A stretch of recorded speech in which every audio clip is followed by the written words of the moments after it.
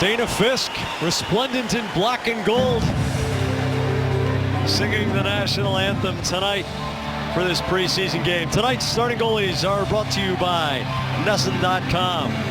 Kevin Poulin, last season, lost 5 more in regulation than he came out victorious, and a sub-900 save percentage. Nicholas Svedberg, pretty good season in Providence last season, has not been too impressive in the preseason so far, so he's looking to have a good solid game against an Islanders team that gave the Bruins a hard time last season. Claude Julien behind the Boston bench once again, and the game is on.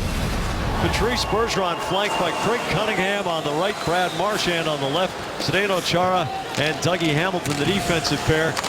And Brick, as we often do in preseason games, with all due respect to Isles fans who might be watching us on the NHL Network, we're pretty much looking at how the Bruins are playing on both sides of the puck. Yeah, that's what exhibition season is all about. It's an opportunity for us, too, to chip a little rust off our game, but it's to focus on the Bruins and the competition that's going on and what this team's going to look like on October 8th. Here's world-class John Tavares going against Dougie Hamilton, who steers him to the boards. Bergeron there to dig the backhand of Marchand, snaps it behind Cunningham. He takes it on the carom. Then he works against Kevin Churchman. Bruins dump in and change out. David Krejci with Milan Lucic and Louis Eriksson on his wing. Churchman around past Svedberg. Josh Bailey on the far side. Seidenberg with perhaps the best feet in hockey, kicking the puck forward. Bailey takes it a little deep past Seidenberg to the corner. Eriksson keeps him on the perimeter. A long shot by Scott Mayfield goes wide of the end boards, and Krejci digs it away from Ryan Strome. Lucic can't seal off Mayfield. Lucic returning from a wrist injury. Long drive. Kuhlman out at the point. Svedberg steers it aside, and Eriksson takes Lucic's outlet pass. Trickles it in. Lucic keeps the feet moving, gets the angle on Mayfield, wins the puck, and McQuaid's drive knocked down on the slot. Soderberg couldn't one time the rebound pass Kuhlman's block. Yeah, that puck was in by his skates, Soderberg that was, and the puck was bouncing and spinning. Couldn't really get the one-timer he was looking for on the forehand side. Soderberg with huge speed, and the drive from Fraser coming down the slot. Soderberg moves so well for a big man. His first couple strides and bam, he's up to speed. Really surprised Mayfield. Well, once he's committed himself more to conditioning, which he did at the beginning of last year, Jack, after the experience he had late in the regular season, a little bit in the playoffs, that he needed to up the conditioning levels if he wanted to be the player he wanted to be at the NHL level. And a lot different from what goes on over in Europe, where he was a dominant player. It's helped his skating game. He gets there quicker because he reads the play well. He can dish the puck. He's got a real good shot. And Fraser, who's one of these guys, these young guys, that are competing for, well, 1 or 2, perhaps 3 open spots up front for this Bruins team. Already with a pair of goals in camp, gets a real good opportunity coming late right down the middle on a good feed from Soderberg.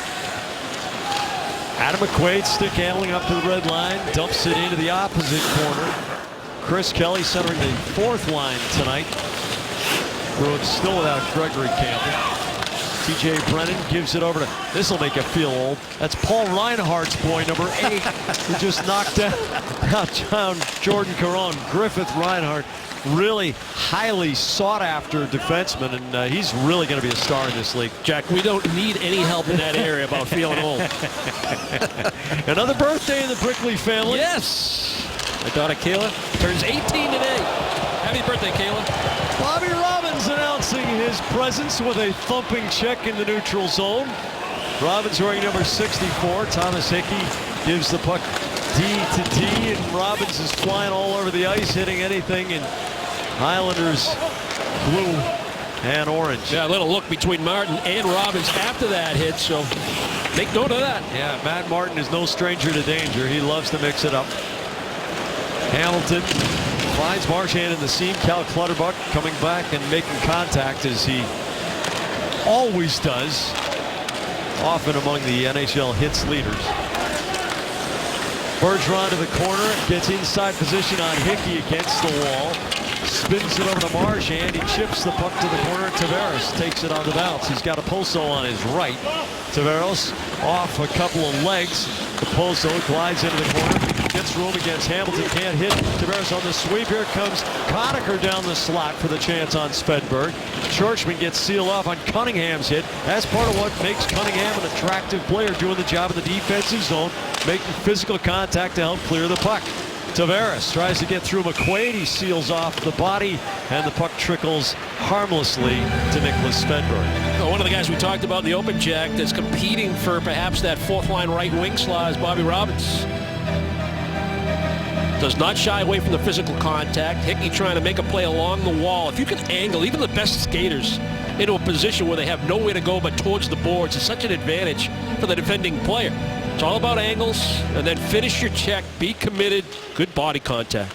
Nikolai Kulemin with the deep, tosses the backhand to Strome. He flips it across the goal mouth out the other side. Lucic tangled up far side. McQuaid handles the puck out of his skates. Eriksson on the pivot near where Orpik flattened him last season. McQuaid chases back to the corner. Strome plays the body. Kulemin in trouble on the boards, gives up possession. And McQuaid has a free out as both teams change. Through the center circle, Louis Eriksson scoots it down to the corner. Kevin Churchman on the turn, trying to get away from Matt Frazier. The pass goes off of Soderberg's stick, I thought. No, it's icing. It got through there cleanly. Well, ever since Claude Julien took over the Boston Bruins, Jack, once he established that foundation of defense, protect the house, you're in every game, if you're able to let your goaltenders know where all the shots are coming from, and each successive year he's tried to add a new element to the game as his personnel has not only changed, but it's improved with the coaching. They coach the players up, you get some better talent, you draft and develop, you identify your core guys, you lock them up. That's management's job. They've done all those things. And this year, one thing that they're going to try to do more of is in the neutral zone. Try to eliminate teams from coming into the offensive zone where the defense can stand up more in center ice and not wait for the back check or the back pressure from the forwards and stay inside the dots. It's not going to be constant. It's not going to be every, defensive stature or stand at your blue line. But if you're able to read, react, take away time and space in the neutral zone without backing off the blue line, the Bruins are going to try to add that to their defensive game plan this year. One of the most refreshing things about Claude Julien and getting to observe him on a day-in, day-out basis is that he has not only tremendous pride in what he does and thoroughness in it, but he also has the humility to examine his own coaching style and tactics, and constantly is looking for ways to improve, to make sure that he stays with an evolving game, and to make sure that his team is a little bit ahead of the crest of the wave. Bruins and the Islanders in a preseason game. We'll have more about the Bruins coaching staff and a new face when we return. Near, that's assistant general manager Don Sweeney, goalie consultant Bob Essenza, and you can just see Joe Sacco, new Bruins assistant coach, on the near side, and I'll prove that I didn't grow up in that town by calling it Medford. And Sacco and Doug Jarvis are going to take over the power play guidance. Jeff Ward has taken a head coaching job in the German league, and Jeff Ward leaves a lot of friends behind here in Boston, but I got a feeling we'll see him behind an NHL bench pretty soon. But interesting that Sacco and Jarvis are going to split that power play duty, and the Bruins were efficient, although not terribly prolific on the power play last season. Johnny Boychuk's one-timer, and Robbins fishing around for the puck, couldn't quite find the handle in the goal mouth scramble. Yeah, the power play last year finished third in the National Hockey League in terms of percentage, percentage efficiency. The number you'd like to see change is the opportunities. If you're going to be somewhere around 21, 22% effective with the man advantage, for some reason, and it's an open discussion as to why the Bruins don't get more power plays, and a lot of different theories as to why. But now that they have two quality units because of the personnel that they have and a better grasp of what a power play is and what it should look like. Bergeron scores! scores. The wraparound comes back. He stays with the play and roofs it over the stick side shoulder of Poulin. And you can even score at even strength. Just typical Bergeron.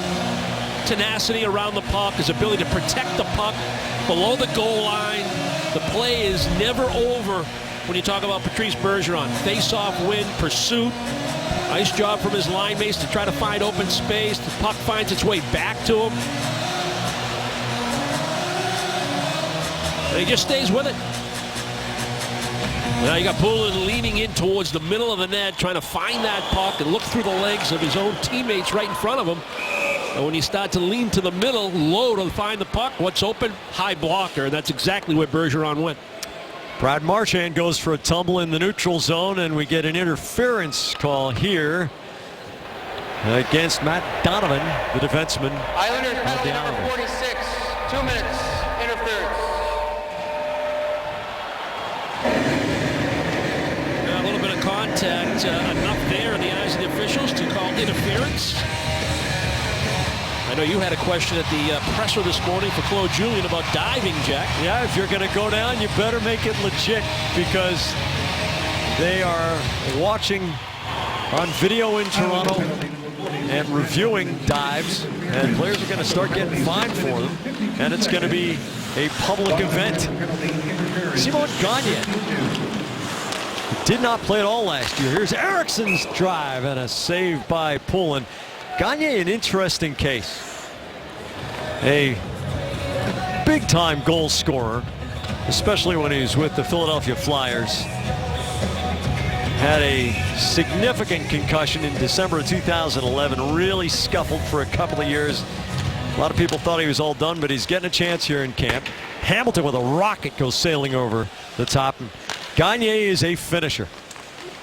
Often in his career, here's a shot from Bergeron from the slot, but often in his career, Gagne has actually had more goals than assists in a season.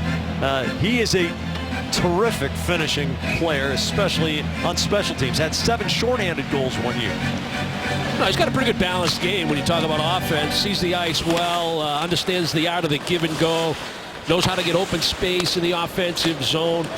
You know, tries to not put himself in situations where he's going to lose. Maybe the physical battles, tries to use his guile and his quickness and his savvy and his speed. And, you know, he's trying to show the Boston Bruins staff and those that are making decisions as to who's going to make this squad that he's not just a points guy, that he's got a complete game. I can kill penalties. I can be out there in the final minute of a period or a game in order to get the job done.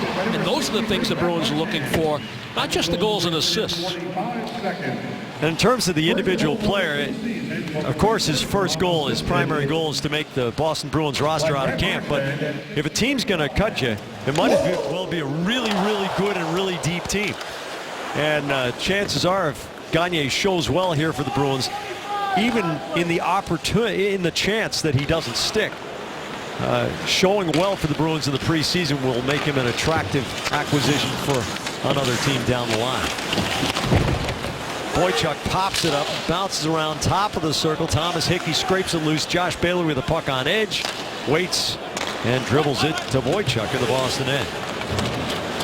Krejci taps to Marchand on the off wing. He's got Fraser cruising down the slot. Krejci rotating. Clutterbuck picks it off. Clutterbuck hops over Boychuk's stick, stays on his skates. And Krejci steals the puck and leads a 3-on-2 up ice. Here's Chara on the wing. Turns back away from Churchman. Churchman gets a piece of the pass down the boards. Krejci digs it off the kick plate. Clutterbuck comes over and makes contact. One shot on the power play. Johnny Boychuk's wrist shot. Tipped by Chara. Loose in the goal mouth. Clutterbuck off the boards and it gets over the line. Boychuk withstands the hit from Donovan fresh out of the box. Yeah, it was kind of a tough shift for Donovan, and you know, he avoids being a bit of a goat. It was that Bergeron goal. The puck deflected off his leg, came right back to Bergeron. Seconds later, he's taking an interference penalty in the neutral zone. Could have put his team down by a pair early. Kyle Okposo on the pivot, but Lucic fills the space and he can't penetrate. Now Caron digs the puck out of Okposo's skates and he tumbles over. Craig Cunningham goes wing to wing, and Lucic is ahead of the play offside. You know, we were discussing the Bruins in the power play and looking for more opportunities when Bergeron gave the Bruins a quick 1-0 lead. And that's a tough break right there for Donovan. He's trying to make the right play with his skates, trying to make a possession play and get it out of a dangerous spot. But unfortunately for him, and fortunately for Boston and Bergeron, came right back. And Bergeron goes short side high.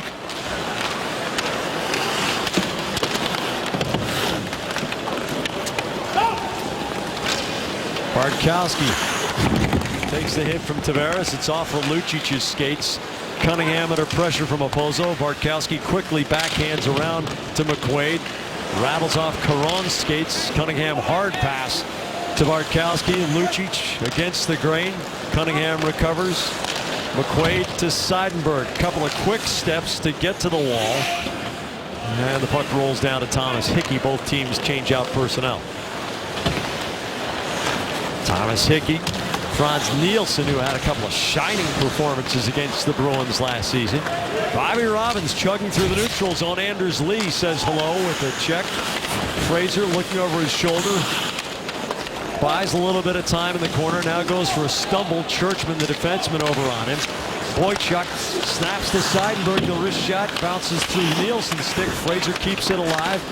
Robbins to Fraser. Gloves it down. Back to Robbins. Has space. Draws Churchman. Kelly, the little mule kick, it squirts out past Robbins. Seidenberg holds, fires into the circle. Nielsen with a quick couple of steps. 3-on-3 up ice. Anders Lee dumps into Boychuk's corner. Boychuk reverses past Nielsen. Robbins picks up the puck, loses control. Skilly keeps it alive. Robbins' physical presence well seen in the first period, knocking Anders Lee for a slide. Seidenberg to the red line, whirls it around through the corners. That's a pretty good effort by Robbins. That's late in the shift where you're a little spent, especially at this time of year. Some of that energy is used up because you know you're in a battle for a spot, but he still had enough strength to win a puck battle. Bergeron off Marchand's physical work on the boards. Churchman in the corner. Cunningham goes in hard after it. Strome tries to rake it out of his skates. Chara keeps the bouncing puck in the zone. Bailey, the blind backhand, trying to hit the man in the seam, Kuhlman. Chara chops back to center. Reinhart, tumbling puck. Chara controls it with the right skate blade. Around to Krejci. Krejci back to Chara, off the backhand, under pressure from Strome across to Hamilton. Hamilton takes the space in front of him, gains the line against Reinhart, flicks it past Eriksson's reach. And Reinhart up the wall. Hamilton snapshot. Lucic the tip, and the deflection goes wide. Clutterbuck off a stick and out of play. 7:40 to go in the first period. Patrice Bergeron. Business as usual. No emotion there. Just 1-0. Let's drop the puck at center. Well, the biggest news out of training camp this week has been that Torrey Krug and Riley Smith reached an agreement with the Bruins this week, both of them signing one-year deals. Now, both players are a little bit rusty, having missed a little bit of training camp, but they're ready to get going. Torrey Krug said that it was a nerve-wracking process, but he's ready to put it behind him and get into preseason. Now, both players are not on the ice tonight, but they should be expected back in the lineup shortly. Karen, thank you. $1.4 million apiece, one-year deals. Both players eager to get back at it. And the Bruins, for the first time in a while, are having some cap management issues. But it is a result of tremendous depth and a still young core that has earned its raises. Bartkowski with a little bump on Clutterbuck, just getting him off balance. Cizikas cruises all the way toward the blue line, throws it into the slot. Bartkowski sticks it aside for McQuaid, tosses the backhand up and out. Nice little left jab by Svedberg, right on back of Clutterbuck's helmet. After Clutterbuck got knocked down a little bit right in front of him. Well, you know, perhaps inspired by seeing the Islanders, memories of Billy Smith, right? Yeah. Watch your ankles. Tavares, a nifty stick handling move into the slot, but Krejci's there. Krejci's been in the top 20 in Selke voting several times, better known for leading the NHL playoffs in scoring in 2 of the last 4 seasons, but always has played the 200-foot game. And Brick, you know that what David Krejci did immediately after Game 7 against Montreal, when he came out and he faced about 50 members of the media, and single-handedly took credit for the series loss. Hey, you know, it's a team game. Obviously, it's not one guy, but he was so disappointed in his personal performance. It speaks so highly of his character. He made no excuses. He said, if you're a #1 center in this league, you gotta produce in situations like this, and I didn't do it. And you hope it's a learning experience for a guy that just continues to get better the deeper he gets in his career, with a more experience and a greater understanding of just how good he is and how important he is, that he has to play the Bruins style, and to be satisfied with 70 to 80 points a year because you're so important to how the Bruins want to play and conduct themselves and be a character guy. And part of that character comes with learning hard lessons that when teams game plan for you and try to take you away in order to minimize the damage that you can do, you know, that's the stuff where you need to make adjustments in your game in order to be the player that you want to be in the postseason, which he has been the majority of the time. Takes one right across the schnoz here, pursuing the puck in the corner. I think Peter Chiarelli's actions spoke pretty loudly this summer.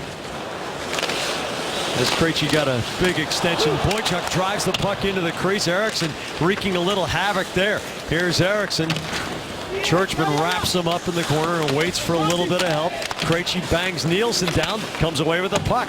Pass deflects off the board. Seidenberg to Krejci to Lucic, the one-timer. A save by Poland. 5:41 to go in the first. Bruins leading the Islanders 1-0. Maybe preseason, but it hurts just the same. Ouch. Bruins on top of the Islanders, 1-0. Let's take a look at David Krejci. He knows his pass is going to get deflected. It's not a clean pass, so he needs to get to open space. Keep your feet moving, find open areas, and when you do that, now you can set up what you do best, and that's that triangle in the offensive zone. Look how wide open Milan Lucic is in that high slot, the triangle formation, but the David Krejci read to get to open space when it's not a clean play. It's how you play without the puck, Jack, that can really create good offense. Lucic injuring the wrist in Game 7 against Montreal. Hamilton's snapshot all the way in on Poland. And Bobby Robbins being a bit of a pest to the Islanders. Play to your strengths. Yep. Don't get noticed for playing outside your capabilities. Get noticed for fulfilling your capabilities.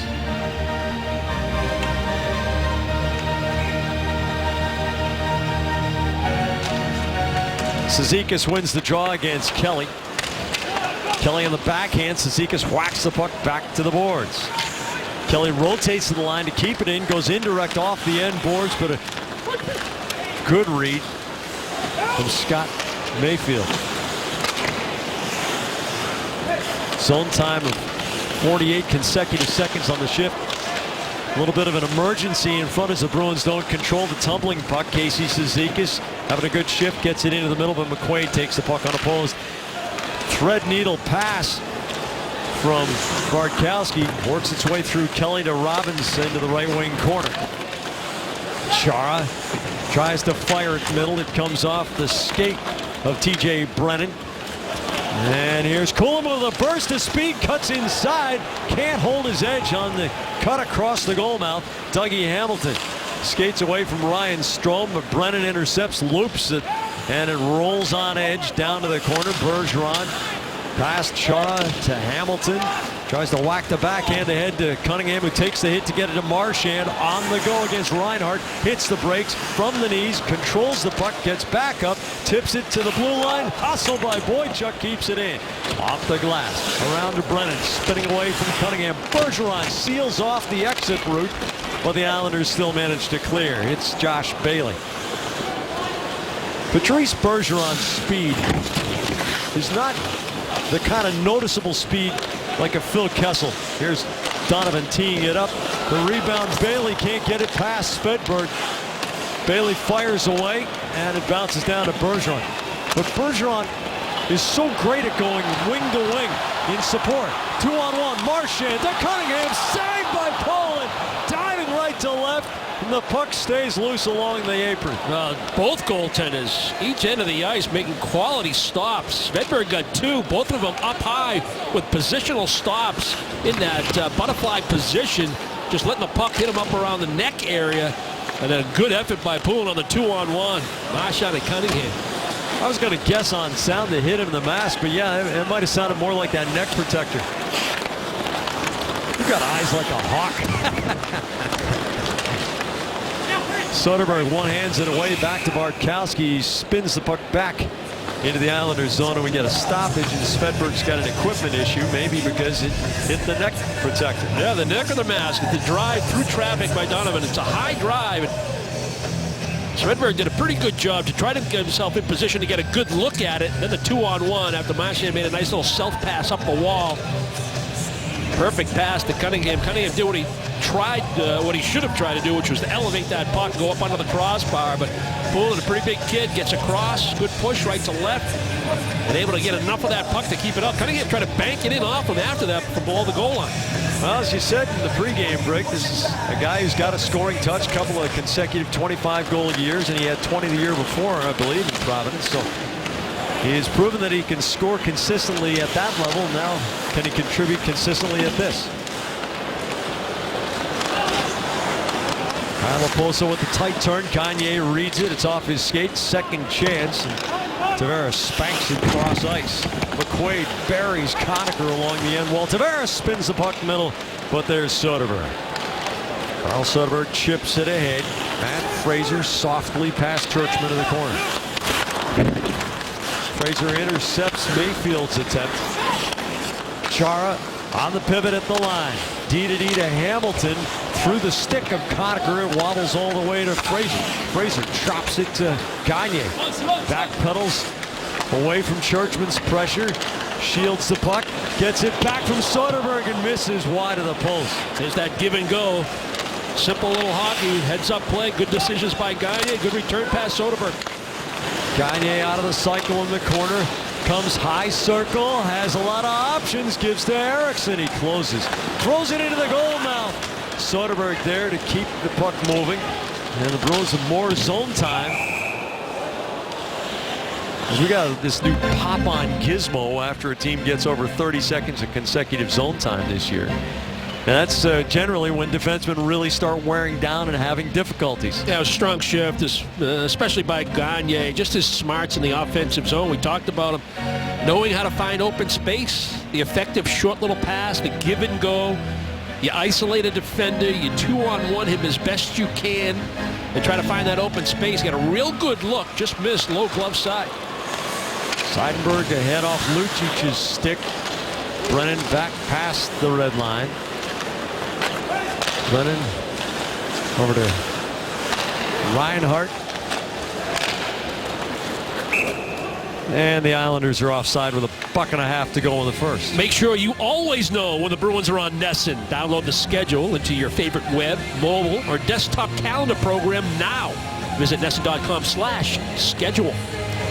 So Claude Julien is trying to look at the big picture and see how guys fit together. He's compensating for guys like Lucic, who's working off some rust tonight. And he's also looking at guys like Cunningham, guys that you highlighted in the pregame show, and Bobby Robbins.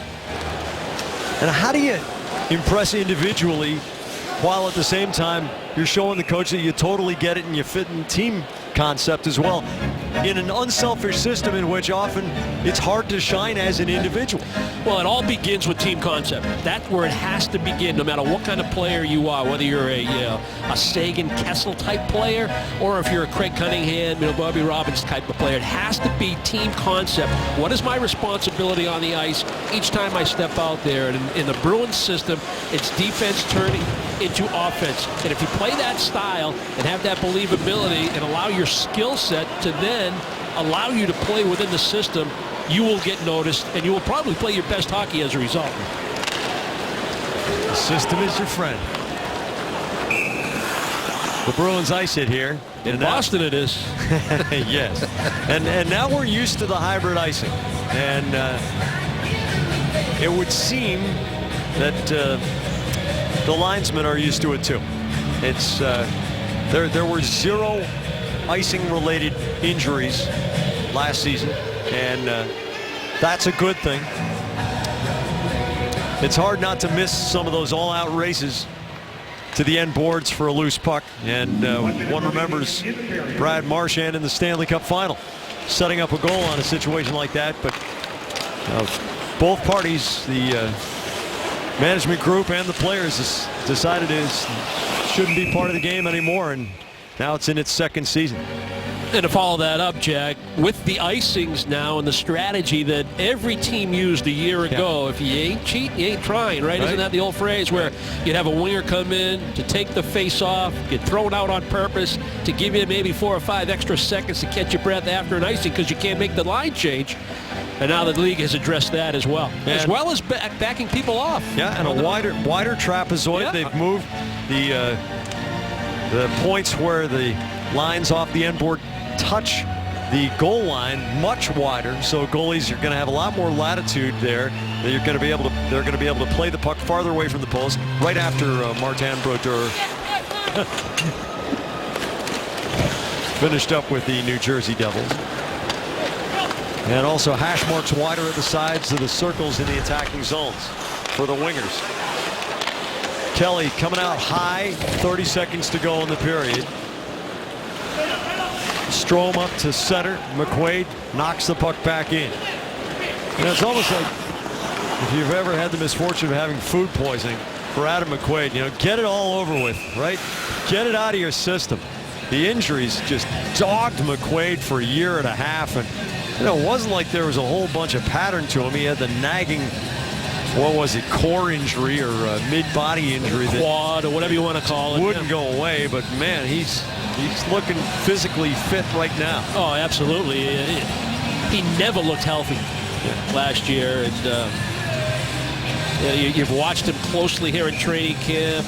He's got a good stride. Hamilton into the pile. Strome carefully out of the zone in the final 5 seconds. Bergeron back to collect the puck, and he has the game's only goal as the siren sounds down the first. Yeah, pretty good first period for Boston. Strong lineup for the Bruins tonight here on home ice in the Garden.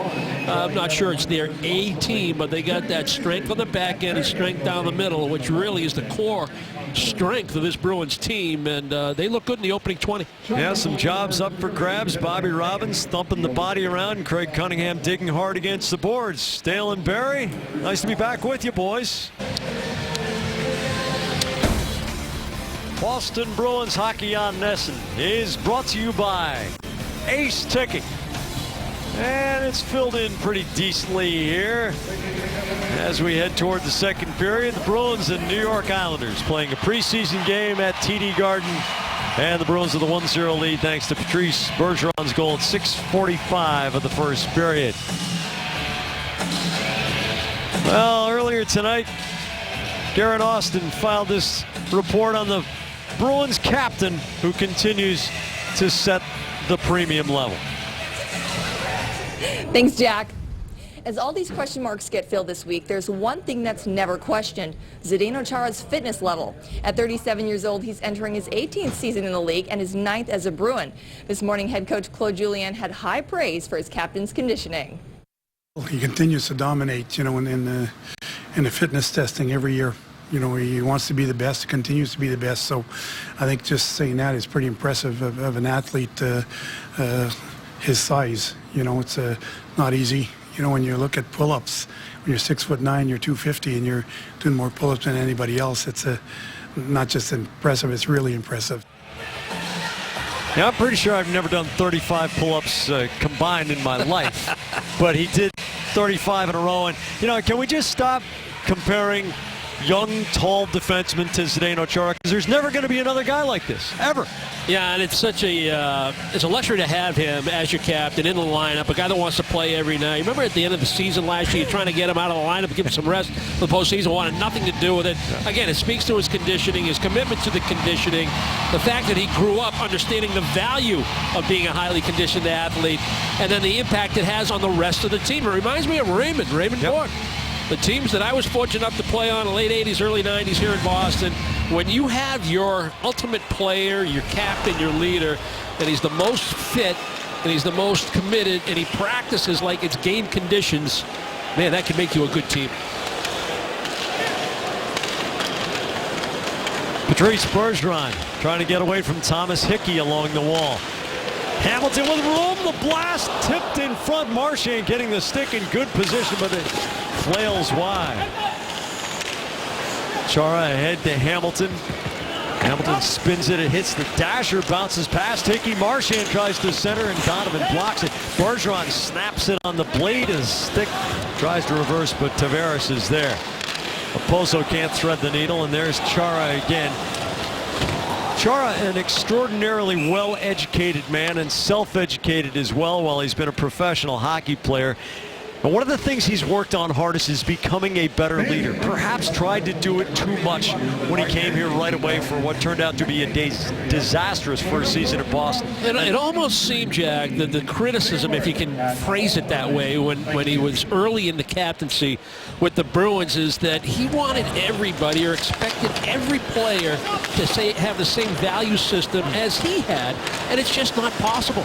You know, it's 25 different individuals that come at it differently. I mean, everybody's committed, everybody wants to win, everybody buys into the team first attitude, but it's also lifestyle, how you like to live, likes and dislikes, and you know, how you spend your downtime. And once he had a better grasp of that and a better understanding that I can be a leader but allow these guys to be the individuals that they are, then he really started to figure out you know, the impact that he could have as the captain of this team. There's been a good vibe in this room for a long time. And winning helps make that easier, but also the good chemistry is part of what makes them a winning franchise. Islanders are offside. And again, you know, we got to give a little bit of credit not only to Chara, but also to the coaching staff standing behind him, because they've got their finger on the pulse. They know what's going on in the room. There's really good communication there, and the assistants such as Doug Huda and, of course, the head coach Claude Julien and Doug Jarvis there, constantly in communication with the players, finding out not only what's going on with their games, but what's going on off the ice. You know, they are human beings. They got families. They got other issues. Things are going on and that are variable, and it's all about enabling players to give a maximum high-level performance for 60 minutes. Matt Fraser. Gagne bunts it, doesn't get much on it. Nielsen, tight turn, find a little bit of space, wiggles away from Gagne's reach. Soderberg rides off the check in the neutral zone. Fraser digs down to the hash marks, goes up high on Poulin, who makes a shoulder save. Boychuk snaps the puck through the corner. Fraser knocks it down with the toe of the blade, shields it, gives to Gagne in the cycle. And there's Reinhart to tap it around through the corner, but Boychuk pinches down. Soderberg's pass splits Fraser, and Bartkowski comes all the way back to Nicholas Svedberg. Bartkowski, the tight turn pass, the pulse now gets around Casey Martin. Here comes Bobby Robbins with Caron in the middle, and Kelly filling on the far side. Kelly goes high slot. Robbins a tight turn around the goal, gives it to Bartkowski, fakes the one-timer. Boychuk holds, throws it into the pile, and Martin takes it cleanly off his stick. Bartkowski fires it in deep. Robbins tags up and pressures Donovan. Flattens him. Got a good running start and then glided in the final 10 feet, so it wasn't a charging penalty. He came a great distance, but made sure he kept the skates on the ice. One of those set spikes. You're getting pressure from one side from Caron. It's a green light hit as long as you stay within the rules. Chara, the backhand slide over to Hamilton. Two forecheckers, Clutterbuck and Martin in deep, but the Bruins break through it. Cunningham can't flutter the pass through Tavares, who has unbelievable hands. A great lacrosse player as well as a hockey player as a youngster. Here's Tavares, past Bergeron in front of his own goal to Hickey. Okposo goes wing to wing across the defensive line. Matt Donovan, the defenseman, bounces it wide as Svedberg comes out the near side to Chara. Dougie Hamilton, good stick on the bouncing puck. Cunningham has it, goes in directly for Marchand. A good reach back from Churchman, who spells his name C-Z-U-C-Z, and I would imagine it's been mispronounced only tens of thousands of times. We got some help from the Islanders on that one. Mayfield goes for a tumble. Marchand goes shoulder to shoulder and uses the leverage. Rick, you talk about young hockey players learning how to check, and there was an example of it from Marchand. Don't have to overpower the guy. Bergeron in the slot. Second chance after the stick lift. Conacher on the back check. Bergeron maintains possession, flutters it across the middle, bounces to Lucic, high slot. Seidenberg's drive, save, pull in, rebound. Eriksson tries to slide it through the 5-hole, but Poland gets the blocker down. Pretty good pressure by the Bruins in the offensive zone with a number of different lines. Bergeron line had a pretty good opportunity. The physical contact, the pressure from one side, Caron. Donovan knows he can't go that way. He's just looking to go hard wrap around. And you got to commit to the hits. Take the body, play to your strengths. Robin's done a lot of that tonight. Thought we might see him and Martin go in that first period. Didn't quite materialize, but he continues to do what he does best, and that's make body contact on the forecheck. We were walking out of the tunnel after the morning skate this morning, and Bobby Robbins asked to look at the roster. And we knew what he was looking at. He said, have I gone with that guy? Have I gone with that guy? Providence Bruins and Bridgeport Sound Tigers have had many a bout. Boychuk's blast goes off Skilly's ankle. Griffin Reinhart back out to center. And we get a stoppage. The Boston Bruins and the Massachusetts State Lottery have teamed up to launch the all-new 2014 Boston Bruins Instant Ticket. You can score big by instantly winning one of 10 $50,000 prizes, or by entering the second chance drawing for the opportunity to participate in one of 5 Bruins on-ice challenges, competing to win your shot at $25,000. Play the new Boston Bruins Instant Ticket today, now available in stores across Massachusetts. We just got to look at Griffin Reinhart. And, I don't know about you, Brick, but it's the first time I've seen him play in person. And all we heard about this guy starting about 2 years ago was, man, this kid can really skate, and he's got a good head about him. So far, the scouting report's been right on the button. Well, you know, the coaching staff of the New York Islanders, they're all UMaine guys, and Bobby Beers, another UMaine guy, had a chance to visit with them this morning, and Beersy was telling me in his conversation with the coaching staff, along with Gar Snow, the GM, that they really envision him as a shutdown type defenseman because of the skill set that you're talking about. Maybe not so much of that offensive flair that his dad might have had at the National Hockey League level, but because of his skating ability and that hockey IQ, he can be that type of player where he gets, you know, that Ryan Suter type minutes, and he's on the ice against top offensive talent because he understands angles, understands how to read a play, how to take pucks away from people by using that skill set, not just having overpower them like, say, the way Chara has learned to use his stick and body position, and not just his brute strength. Fraser turning one way then the other. Soderberg working it back to McQuaid. Comes off the board, snaps it to Bartkowski. Coming out high. Soderberg turns and fires. Love that play. And the Bruins again with good zone time, and at least 3 times already tonight we've seen a forward come way out high to the blue line. I love that. You know, we call it the high triangle, and you know, the way teams defend when they stack it up in the slot, and then they try to front the point men to not be able to have any lanes to the net to get shots through. What opens up? A high slot, and it thins out the traffic a little bit in front of the net. It's an effective play. You don't necessarily have to score from that 45-foot shot on a clean shot into the net. It causes coverage problems. It creates some 2-on-1s. It forces decision-making. Look at the zone time clicking up toward a minute on this shift alone. And Chara keeps it in as the Bruins get almost a full minute. If you were with us on Twitter during intermission, you saw the Bruins had about a 2.5-minute edge on attacking zone time in the first period. NESN tracking it once again this year, and we're adding a couple of wrinkles to it, so we hope you're enjoying it.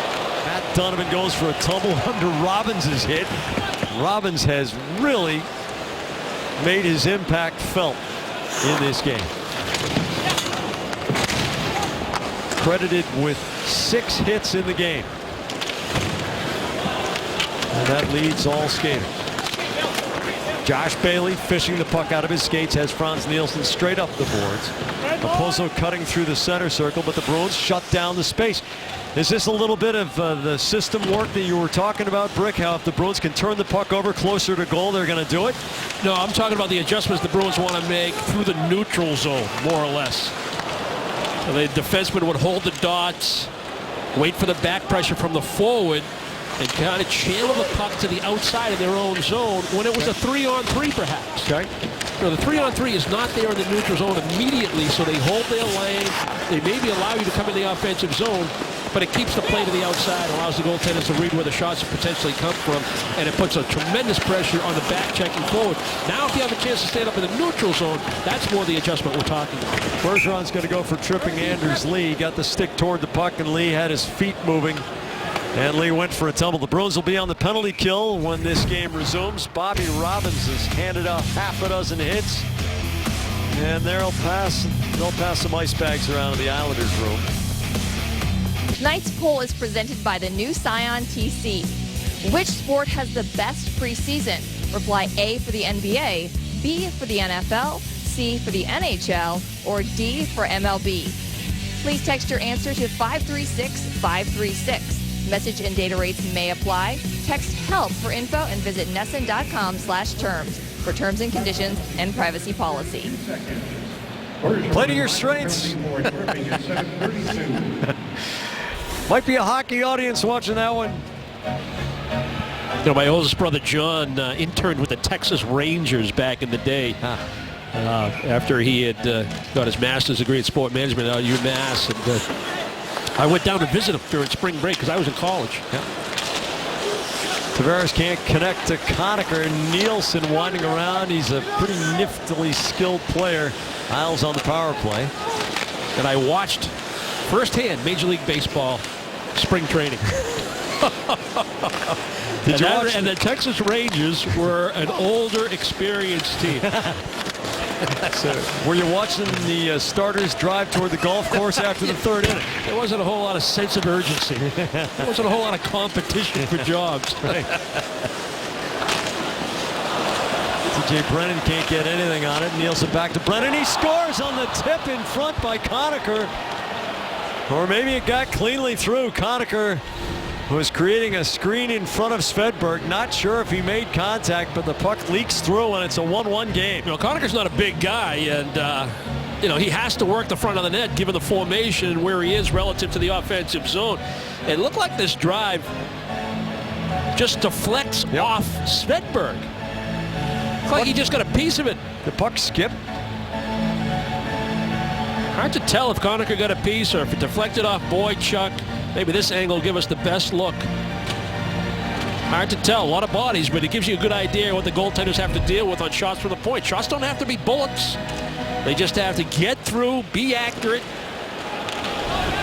The opportunity for a screen or a redirect or a rebound. I mean, that's the idea when you're shooting against goaltenders at the NHL these days.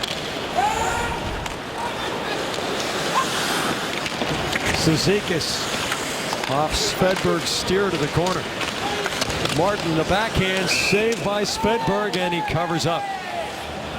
Well, here are the Bruins out shooting the Islanders 17-7. And it's a 1-1 game. Poulin has made some terrific saves in the Islanders' end of the ice, but it seems as if it's almost an echo from the series that resulted in a Bruins disappointing ouster. Well, you know, one of the three areas of the game, right? Offense, defense, special teams. You know, power play can do great things for you. Obviously, you can do things when you put power play goals up. You can tie hockey games. You can take a lead. You can get yourself back in the hockey game. Change momentum. Special teams are huge. It certainly didn't break the Islanders' hearts that Patrice Bergeron was in the box because he is one of the elite penalty killers in the NHL. Jack Capuano. There, you know, as always, there will be with any head coach of any New York team in any sport. Rumors were swirling at one point last year, but managed to stay at the helm. Cunningham, shoulder to shoulder, flips Cizikas. He's going to go. Interference.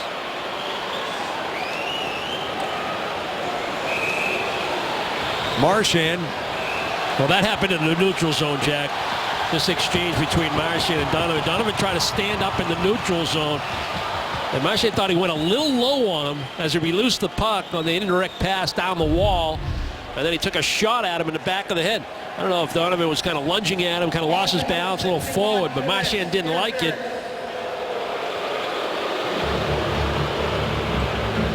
The body contact was within the time allowed to make contact after the self-pass, but then that puck went in the corner. The interference call on Cunningham, and the Islanders, who just scored a power play goal, back on the power play, looking to take the lead in this one.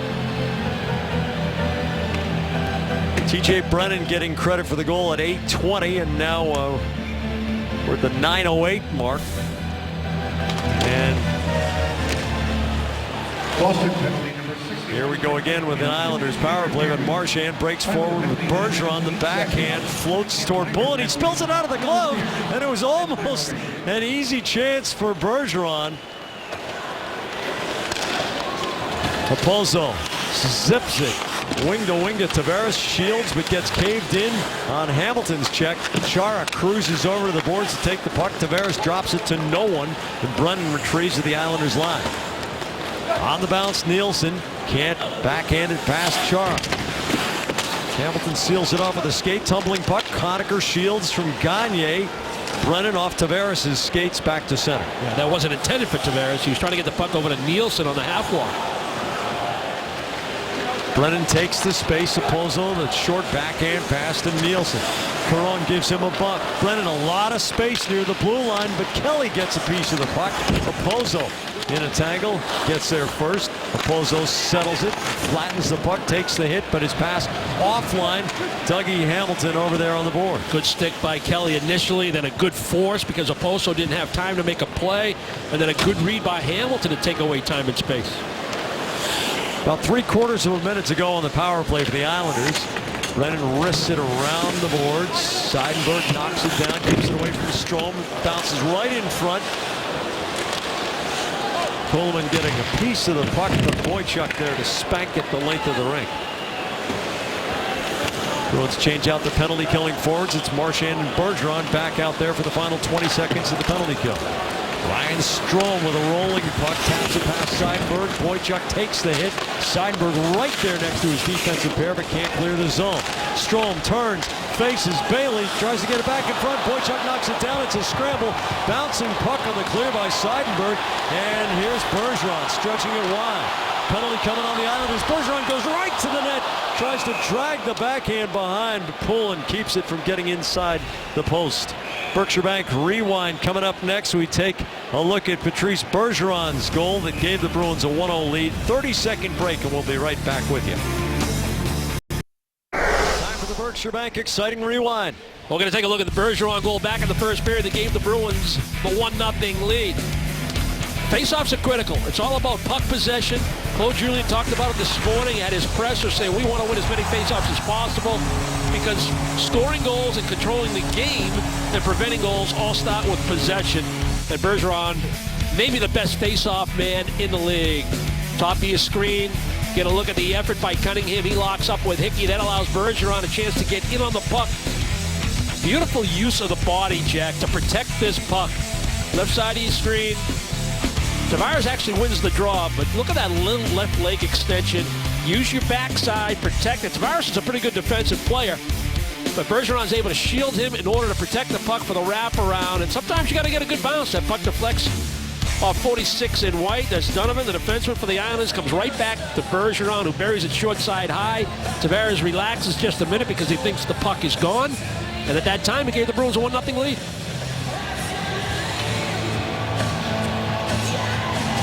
All right, so Matt Donovan in the box and Jeremy Smith in the crease. Played for Springfield last season. Save percentage almost at .900. He's had a good camp.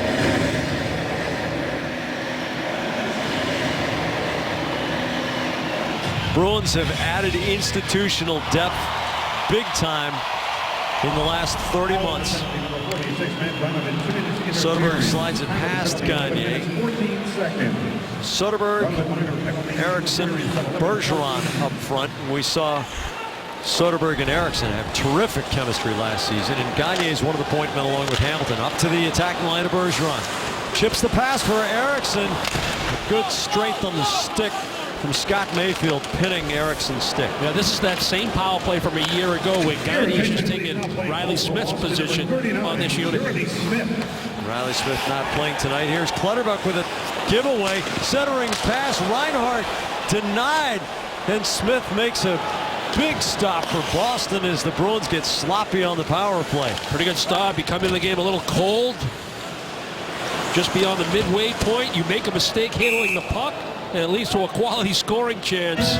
So a nice recovery by Smith. I mean, this is just a simple little dump in, little miscommunication between Hamilton and Smith. And now it's a quick 2-on-1 right in front of the net. Real good opportunity. Reinhart on the feet from Clutterbuck. But Smith well positioned to make up for that turnover. His own, that is. Dougie Hamilton was not showing off his manicure. I'm deducing that he got slashed.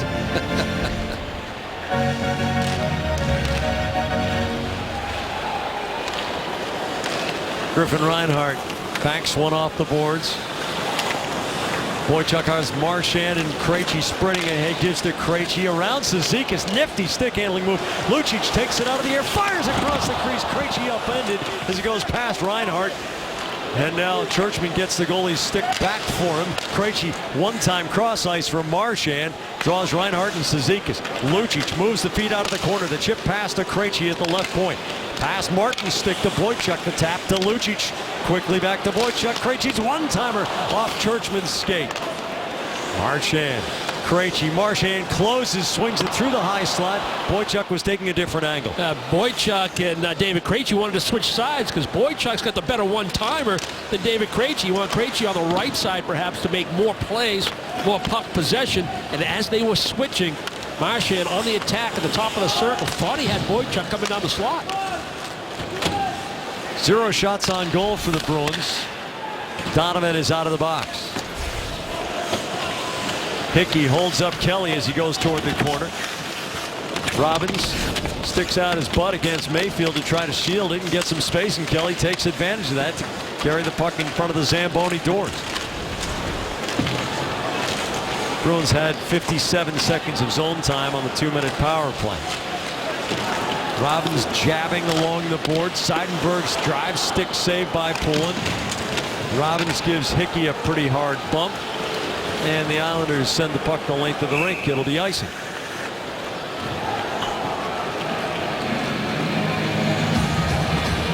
Join the Bruins and USA Hockey for the 2014 Coaching Symposium this Saturday, October 4th at TD Garden.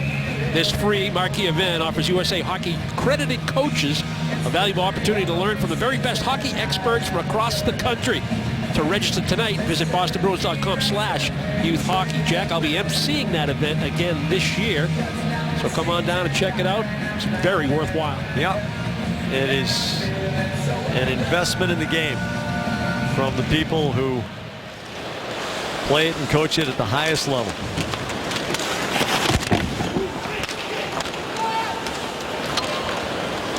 Skilly's pass goes past Kuhlman. Smith around the boards. Soderberg with the bump on Skilly. Soderberg tosses the puck around to the far side. Reinhart with the bang on Fraser. Soderberg trying to rake the puck out of the skates. Tavares bounces it back. Reinhart controls, wrists it down the slot. Skilly's tip bounces wide. Tavares tumbles off Boychuk's bump. Kuhlman goes 1 against 4. Soderberg and Gagne cut him off, and Fraser outlets to Gagne. Brennan finishes his check on Gagne, and the Bruins change out. It's Bergeron with Craig Cunningham and Brad Marchand. Marchand steals it cleanly from Reinhart, tries to drop pass. Reinhart with a good recovery, strong on the stick, pinning it down. Clutterbuck with a big hit on Bergeron, who takes it to move the puck to Hamilton. He can't split the D. Reinhart with another good bump. A strong shift for Griffin Reinhart. And now Chara wants to go with Clutterbuck. Oh, the big man with a couple of long distance bumps right on the nose. It was the contact in the neutral zone that Clutterbuck initiated with Bergeron, who braced himself at the last second, and then Chara coming over to let Clutterbuck know that that was uncalled for or didn't like it, was going to respond to it, and then Clutterbuck tried to trip Bergeron at the end of the play in the offensive zone. The word's not necessary. The message, I've got his back. Well, training camp serves a number of different purposes. One thing the Bruins are going to try to improve on this season is better neutral zone play in terms of taking away the ice. The Bruins are famous for taking away the center of the ice and allowing teams sometimes to enter into their offensive zone because they stay inside the dots. We're showing you a number of examples where the Bruins, when they have bodies back, when they have that quality first forward in position in the neutral zone, you can see the defensemen, Jack. They're getting outside the dots, closer to the boards, sealing off areas, not allowing teams to enter with possession, even though they're really not in danger in terms of numbers. 4-on-4, 5-on-5, 3-on-3, whatever it is. They're being more aggressive through the neutral zone to limit what the offensive team is trying to do with the puck. Islander penalty number 15, Val Clutterbuck. Islanders are on the power play as Chara got an extra 2 being served by Carl Soderberg. Ericsson's wrist shot goes fluttering wide. 15 minutes 4 seconds. Clutterbuck minor penalty on sportsmanlike conduct. Chara minor penalties on sportsmanlike conduct. They each got 2 minutes for unsportsmanlike conduct, and Chara got 2 for roughing. Seidenberg strongly through the corner, gets it to Gagne, whips it out to center off the stick of Brennan. Here's Caron with a stutter step and a shot on Poulin to draw an attacking zone face-off about 180 feet from where the Islanders want the puck to be. Jordan Caron signing a 1-year deal to come back with the Boston Bruins. An opportunity. He's had a good camp. Bruins management team, coaching staff appreciate the effort that he's brought this year. He's a versatile guy, can play both left and right wing. One of those energy guys, role players. You're looking for third, fourth line duty, maybe a 13th or 12th forward if necessary, but obviously in a battle for a job and playing time. Shot from the point goes all the way through to the end boards. Bergeron spanks it off glass, and it wobbles all the way down to Poulin. Matt Donovan with 3/4 of a minute to go on the Islanders power play. Strome, it hops off Cunningham's stick. McQuaid takes it indirect for Bartkowski. He runs into the check of Kuhlman, who sticks it around to the near boards. Kuhlman squirts it loose. Kelly one-hands to McQuaid, and he sends it the length of the rink. Bruins change out. It'll be Hamilton and Seidenberg, the defensive pair, with Eriksson and Krejci, the penalty-killing forward. Smith knocks the puck down. Donovan in the corner. Krejci bounces off of him. Strome trickles it back toward Opozo. Eriksson with a step around him. 0 shots on goal for the Islanders on the power play. Ryan Strome across the spoked B. Opozo works Hamilton's side. Hamilton locks him up. Opozo very strong. Nice turn out of the corner. Gets to the middle and scores. Excellent individual effort from Kyle Opozo, showing skating strength, the ability to shield the puck, stick handle in traffic, and finish it off. Well, there were certainly people that were Team USA fans a year ago and going into the Olympics and thought a guy like Kyle Opozo deserved to be on that team, and he just makes a real strong move, able to protect the puck on the backhand side, spin right between David Krejci and Dougie Hamilton, and then explode into that face-off circle, and that little pump fake. I mean, that's a goal scorer's pump fake. If you have time and space in that area, the good ones don't panic. That heart rate stays the same. You got to get some goaltenders to move, to open up. Sometimes you're able to freeze them. That little pump fake, he freezes Smith. You wait a half stride. Now that wide side of the net opens wide up, and he's not going to miss. I will admit that my jaw dropped when Opozo's name did not appear on that Team USA roster, and he was red hot at the time that he could have been selected. Yeah, like Billy Horschel not making the Ryder Cup team. Not that you're bitter. Gronkowski trickles it across the line, and it comes back in for offside. An interesting change in the way this game is being officiated this season, and from here on we believe that there really isn't that sort of territorial thing with linesmen and referees now. They're really trying to help each other out because of the increased speed of the game in the last 10 years. Yeah, the phrase that they're using is real time. The game is just so fast. There's so many bodies on the ice. The ice surface isn't getting any longer or any wider. It's that 200 by 85. You know, and the focus has got to be really as a team. We're a four-man unit. For the integrity of the game, the good of the game, let's work together to get the calls right. To make this the fairest sport that it should be. And, you know, if you have that attitude, that team attitude, you're going to call it a good game. Cal Clutterbuck gives it to Tavares. Back to Conacher. He scores. The Islanders scoring off the rush. John Tavares feathering a beautiful shootable pass to Corey Conacher, who made no mistake. Well, they got a power play goal to get themselves on the scoreboard at 1-1, and since that power play, they've been a bit of a different team here in the second half of the second period. And the Bruins have bodies back, but they're allowing seam passes. That's a beautiful pass by Tavares. Conacher showing that great wrist shot capability, all in one motion to receive that puck and be in a shooting mode as you receive it. That quick release, Smith had no chance to get set. Quality goal, well executed play coming across the Bruin blue line. Calls to mind a comment you made in the past break about turning the stick.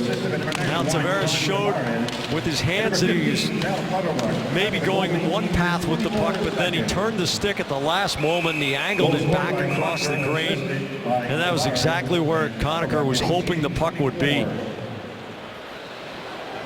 Yeah, it's that, you know, like Oposo freezing Smith on his individual effort goal.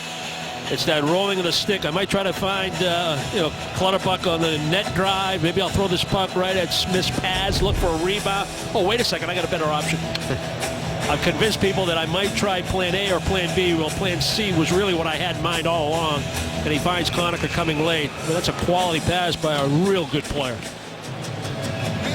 So a couple of goals in the last couple of minutes of the second period for the Islanders and a 3-1 lead against the Boston Bruins here in preseason.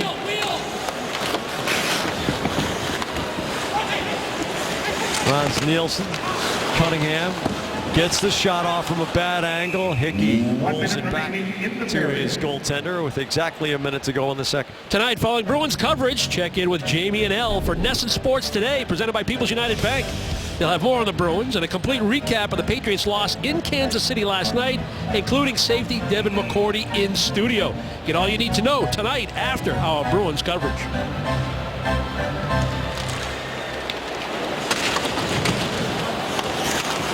Dougie Hamilton trickles it to the face-off dot. Robbins unable to get the shot through. Oposo with a 360-degree pivot. Seidenberg stops the body. He goes down, but the puck comes loose, and Robbins there to retrieve. Hamilton off the boards up to the Islanders line. Donovan backhands it back to center. So the Bruins really are going to have something to play for in the third period. Brick, they're down a couple of goals. And the Islanders, as pesky as they were against Boston last season, are giving the Bruins a preseason fit tonight. Well, I'd like to sit up here and say, you know, the score is almost secondary when you talk about training camp, but you're on home ice. You're fronting your crowd. You want to win a hockey game. You're playing a team you feel like you ought to beat. And maybe this isn't the Bruins starting lineup that you're going to see on October 8th, but they're a team. You know, they're 34 deep right now as a team in training camp, and you want to compete, you want to play well, but yeah, they'll look at this 3-1 deficit and say, we got some work to do here in the third period as individuals and as a team. And Dale and Barry, as Brick has said before, if we're keeping score, we might as well win. It's funny how they think that way, isn't it? Bruins trailing, however, in this one, losing to the New York Islanders 3-1 at the end of 2 periods of play. Goaltending split so far between Nicholas Svedberg and Jeremy Smith. We have got a busy start to the season. 6 games in the first 9 nights. 4 of those 6 games on NESN. And then our producer Brian Zacchillo is overjoyed that we're going to have a day off in Buffalo on the 17th of October. Oh yes, they call him Mr. Zacchillo at some of the, shall we say, eating establishments, or at the intermission between the second and third period. Moments ago, Brick got a chance to chat with the newest member of the Bruins coaching staff. Joe, hope you had a great summer, but it's hockey season now. As a coach during training camp, what are you looking for? The healthy competition? Is it systems? Is it individual play? What are you looking for most? Yeah, I think it's a healthy competition for some guys, obviously. Other guys are just trying to make sure that they get their feet wet again and get back to playing and trying to get their game in order again. So a couple of different things. And then system-wise, of course, we're trying to make sure that we get everybody on the same page as quick as possible. I know there's been a system in place here for a few years, and it seems to be very successful. But we do have some new players, again, like we said before, that are vying for spots here. And we want to make sure they're comfortable in the type of game that we want to play.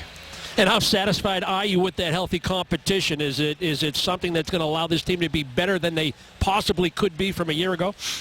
I think so. I think with some of the people that are pushing for jobs right now, and obviously more ice time too for guys that have been here. It's an opportunity for some players to get a little bit more, and it's an opportunity for some other guys to get an opportunity just to show you want to stay here and be a part of this. So I like where we're at as far as the internal competition right now. It seems to be a pretty good driving force in the room right now. Well, thanks, Joe, and welcome back to Boston. Okay, thanks, Brick. Joe Sacco joins Bruins team that is outstandingly deep, and you see some of the guys who are not playing tonight, and you get a look at me looking down at my monitor. But keep your head up, Jeff. That's excellent advice. It's interesting that Joe Sacco was known as a players coach at Erie in the AHL, head coach with the Colorado Avs in a very developmental stage, and now he joins a veteran Bruins team that expects to win as an assistant. It's a totally different role for him. And that word veteran, he's also joining a veteran coaching staff, meaning a little bit older than Joe Sacco. And the way the game is today, how it's really reliant on not only drafting and developing, but being productive young players. And you have to understand today's young player and what tactics do you need to use in order to get the most out of those young players and have a greater understanding of how things have changed, how the money has changed things, and everything that has changed, the speed of the game, the style of the game. And he might be a guy that might be a little bit more, I won't say in tune with it, but if you have that variety on your coaching staff, it gives players a better opportunity. Marchand to Bergeron, and he snaps one off the glass, missing high. Marchand with his second well-timed check of the night. Marchand shielding the puck out of the corner, holding it right at the edge of his control. Hamilton down the boards to Bergeron. Bergeron looking for Cunningham in front, but Hickey was able to ride him off. Bergeron to Marchand, holds on the backhand, slides it diagonally through the seam. Hamilton backing along the line, but his pass deflects off a stick to the corner. Bergeron takes a hit from Matt Donovan down there. Cunningham squirts it loose. Clutterbuck reverses against the grain. Donovan holds, and Marchand caves in. Donovan. And we get a penalty here. They're going to call Marchand for a rough? Marchand and Clutterbuck have had a couple of confrontations, and Marchand wants to know what he was whistled for.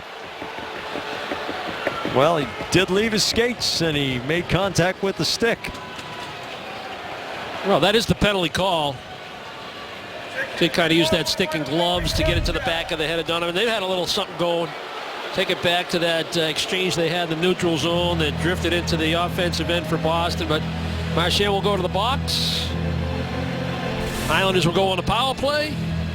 Marchand got left out there by himself. It's hard grinding work, especially at this point in the year when you're trying to find no matter what you do on dry land training, it's just not the same. So Bergeron and Cunningham, after a lot of board battles in the offensive zone, they change at the right time, 200 feet from their own goal. It's a smart change, but Marchand stays on the ice, and now he's all by himself. And he went after Donovan a little bit, now he's in the box. The Bruins understanding the geometry through the neutral zone. Kelly and Eriksson with some good tandem work up front, enabling Boychuk to drive it in on the Islanders' goal. Poulin still in net, and Smith in goal for Boston. Gagne tries to one-hand it out of the slot. Bailey couldn't control for the Islanders. Strome back to Churchman, the shot, and a save by Smith. Boychuk, the big reach, and he tumbles it all the way down the ice. Nice stop by Smith. Read the play well. Got a good push out of the net, out to the top of the blue paint. T.J. Brennan slips it over to Nielsen and Tavares. Can't go through McQuaid. He taps to the boards, and Craig Cunningham snaps the puck all the way down. Bartkowski paired with McQuaid. Cunningham and Bergeron, the penalty-killing pair up front, with Marchand in the box. McQuaid, the hand pass short of the blue line, so it's a legal hand pass. Bartkowski with a shift on a Pozo, closes, he scores! Matt Bartkowski! So he's got a playoff goal, he's got a preseason goal. We're still waiting for his first regular season goal, but that's what he can do. Man, can that guy skate. A couple instances earlier in the hockey game, he used that little explosive stride of his just to find open space in the defensive zone. It's not worthy of a replay, but it speaks to his ability to skate. Heads up play, knocked down by McQuaid. That's a good play, and with the rules changes over the years, that allows for hand passes like that. And what a shot. Oposo's not a slow-footed guy. He's a pretty good skater. We saw him in the offensive zone with a good spin move, but this is on the defensive side of the puck in open space. And Bartkowski just explodes around him, and he let the shot go at the perfect time. Tavares with a shift around Hamilton. The drive busts through Smith, and it goes up and out of play with 15 seconds to go in Marchand's penalty. You got to have a real feel when you get in that offensive zone, when you're running out of time and space, and when you're not. Oposo knew that he had time because he beat two people coming off the wall. Hand pass by McQuaid, a heads-up feed by Bergeron. Now he knows Bartkowski. He's getting closed on. He got in by the dot, had his head up, knew exactly where he wanted to go with that puck, and ripped it short side. Nielsen, the touch pass to Tavares with Conacher going down and parking in front of Smith. Donovan out at the blue line. Eriksson picks it off. Trying to get away from Tavares in front of Marchand out of the box. He thinks he scores! Brad Marchand out of the box, and it's 3-3. Bam! And the Bruins have tied it in the first 3.5 minutes of the third period. Well, he's playing on the edge tonight, Marchand, and that's usually when he plays his best hockey. He's had a real good camp. Real good stick by Louis Eriksson. Nice delay by Marchand coming out of the box to stay on side and to create a good angle. Had to deal with the official. Did just that. Able to stay on side, and Eriksson just throws it in his neighborhood. It's like a good first baseman. Just get it in my neighborhood. Could be in my feet, could be behind me, could be in front of me. I'll get it. Just get it to me, especially when I got open ice. Eriksson makes the heads-up play, not only defensively, but then the good pass. And what a finish by Marchand. A little backhand, forehand move. Knew he, too, was going to run out of time. Donovan was closing him on the backside, so he went with that quick release underneath the pad through the legs. He's liking it. 2 goals in 43 seconds for the Bruins. Real good read there by Eriksson. He forced Donovan into thinking he had that pass back to Tavares. And then a quick stick to make the steal. And as he's racing for the puck, Jack, what do? You take a look around. That puck's not going anywhere. You know where that puck's going. You don't have to get fixated on it. Take a look and see what's happening. He recognizes Marchand's coming out of the box. That internal clock, that awareness that the penalty's about to expire. Now I have a chance to make an offensive play. Real good play by Eriksson and a great finish by Marchand. Boychuk takes a hit from Martin. After the timeout, Matt Martin coming out and trying to make a physical statement. Well, you got to guess that the coaching staff got to appeal to this group's competitive spirit in between the second and third period. Here, David with Chris Kelly with Garrett in between periods saying, yeah, we had a bit of a lull there in the second half of that second period. Well, came out strong here in the third. Kelly strong on the edges.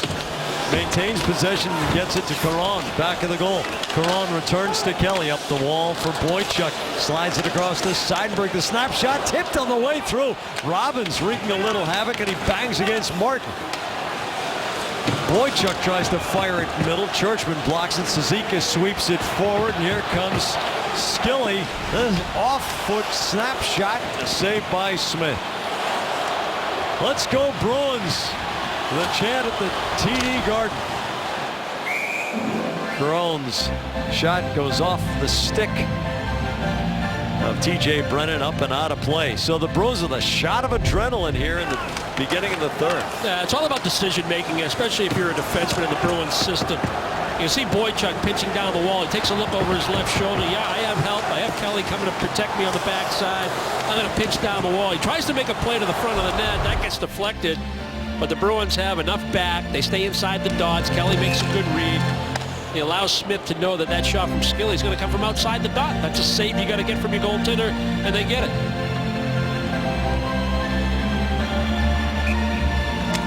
Krejci Pozo on the draw. The Islanders control. Brennan off the glass. It hops over McQuaid's stick. Bartkowski retrieves with Nielsen in pursuit. Lucic off the stick of Bailey. Eriksson off the skates of Bartkowski, but the Bruins get bodies back. Like Eriksson wanted to go to the wide side to a posted up David Krejci at the defensive blue line and hit Bartkowski's skate. McQuaid up for Lucic. The tap to Krejci. Closes, turns away from Reinhart, who keeps him on the perimeter. Chara steps in, one blocked, went down. Nielsen clears it after making the block with the shaft of his stick. Eriksson has the puck come off his stick on the end boards. And back to center. Chara retrieve. Brennan snaps the backhand all the way to the Boston end. Dougie Hamilton flags it down. Indirect long for Eriksson. He takes the Reinhart bump to get the puck deep. Soderberg goes in, drills Hickey, separates him from the puck, brings it back to Chara. The quick draw off the legs of Coulomb, and he's off to the races. A good read by Smith. Lee picks it off. Smith with a Tim Thomas adventure makes the stop between the hash marks, and the Bruins dodge a crazy bullet.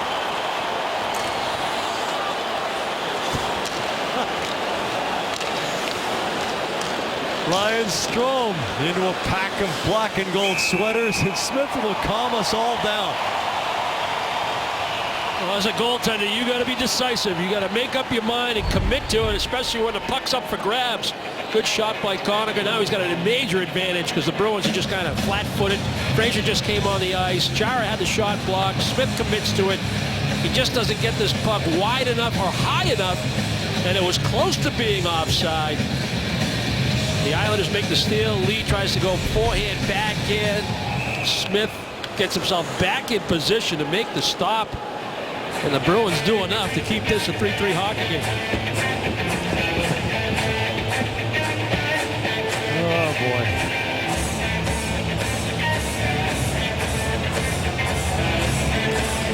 boy. Bergeron wins the faceoff against Cizikas. Goes to the double-digit shots on goal lead. Jack Skilly up to the dot. Serpentine route to the corner. Seidenberg keeps him on the perimeter. Skilly keeps his feet moving, shields it nicely. Bergeron really working him over. Skilly strong on the skates and finally loses possession. Cunningham keeps it moving after taking a tumble. Donovan drills it off the boards out to center. Seidenberg backhands through the seam. Cunningham touch pass to Bergeron in stride over the line. 3 on the right side. Bergeron's soft pass didn't get quite enough on it for Marchand. Marchand lifts the stick of Hickey and goes down, and a cross-checking penalty called here. About 7 minutes gone in the second period. Matt Bartkowski gets the powder keg lit. The Bruins score a couple in less than a minute. They'll be on the power play with a chance to take the lead. All right, Bruins on the power play. Bergeron, Soderberg, Eriksson up front. Gagne retrieving the puck along the boards, and Hamilton at the right point. Cizikas swats at it. Hamilton seals it in. Now it bounces over his stick. Let's go Bruins, the chant from a spirited preseason crowd at TD Garden. Hamilton off Gagne's stick. And Cizikas trying to thread the needle. Smith comes out and pokes the puck away after Hamilton couldn't quite stop Cizikas from getting the shot off. Bergeron with an open side, closes, draws it back, and a save by Poland. Gorgeous curl and drag move by Patrice Bergeron to get the puck to a great shooting position. Smith out of his goal again, fires it off the boards. Nielsen gets caught on the wrong side of the puck. The Bruins 3-on-2 on the power play. Krejci gets it deep for Marchand with Chara going all the way to the end boards. Lucic looks over his shoulder and finds Boychuk. He settles it, goes to the far side to Marchand in a lot of space. Marchand, the diagonal to Krejci. Boychuk's one-timer off Nielsen's stick and off the end glass. Lucic to Marchand. Boychuk. Marchand comes off the half boards. Lucic in the slide, gives it back. The cross ice pass. Krejci rattles it off both skates. Back to Boychuk. A high drive with the leading edge of the puck on the high side. That puck just sailed. More than 40 seconds of zone time of the power play. Marchand gets a lot on it, and that allows Lucic to keep it alive to Krejci. Lucic back off the boards to center. Chara the spin. Tosses it down the boards. Lucic had his stick chopped out of his hands, apparently broken. He raises his palms. There's no call. Smith skids the puck through the corner and hops over Seidenberg's stick up to the red line. Marchand off the boards. One shot on goal for the Bruins during the power play. And the Islanders ice it. Saturday at 5, check in with Dale, Billy, and Barry. When WB Mason presents Bruins Face Off Live, they'll preview the Bruins and Red Wings matchup as both teams prepare for opening night. Check it out, Saturday at 5. Tom Caron will be calling the play-by-play. What? Well, my contract only runs until midnight. A long-standing family obligation.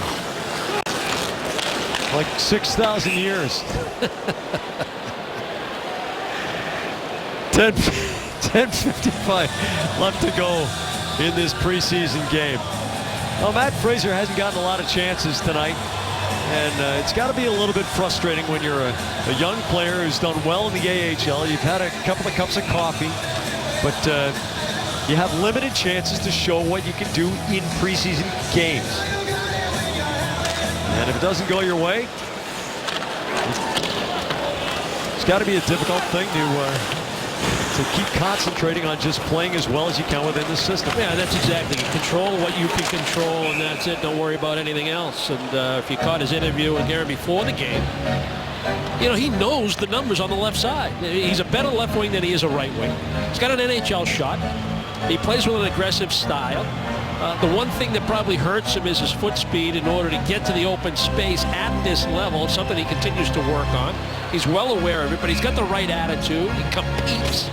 You know, everything you like in a hockey player, but he knows the numbers. And the question is, can you play a different position? Can you play the right side and still be an effective guy? Because that's where the openings seem to be. Bruins are going to be shorthanded right off the face-off here, and I believe it was Robbins, wasn't it? Yeah. Earned 2 minutes for roughing. Boston number 64, 2 minutes, roughing.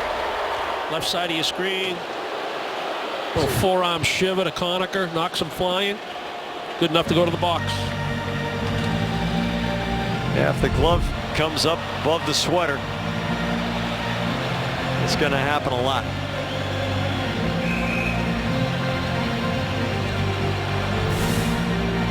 So to start the penalty kill, Kelly to take the face off. The other penalty killing forward is Caron.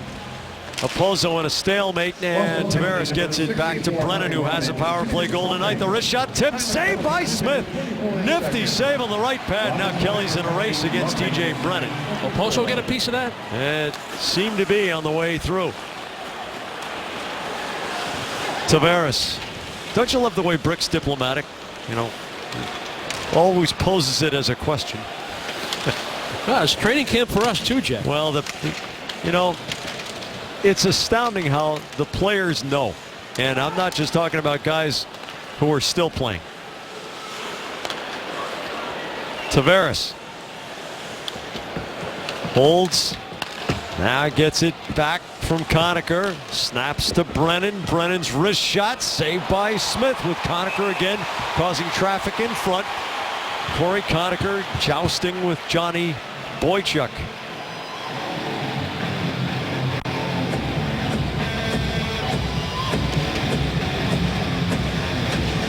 You know, Conacher's getting a lot of attention tonight, and it seems somewhere in our memory that Conacher may have had some kind of body contact, perhaps, with Dennis Seidenberg behind the net that may have ended his season. Yeah, and a freak collision where Seidenberg kind of caught an edge, and so did Conacher, and Conacher fell across and extended leg. Here's Marchand across the front for Bergeron. Not a bad idea by Marchand. Try to freeze the goaltender and allow Bergeron a little time to come around that net swing, but the pass was too far forward for any kind of one-timer. It was on the backhand side. Josh Bailey around. Dougie Hamilton in front for Anders Lee, but he couldn't get the one-timer off. Here's Bailey coming off the half boards. The shot and a save by Smith, who has seen plenty of rubber since he entered the game.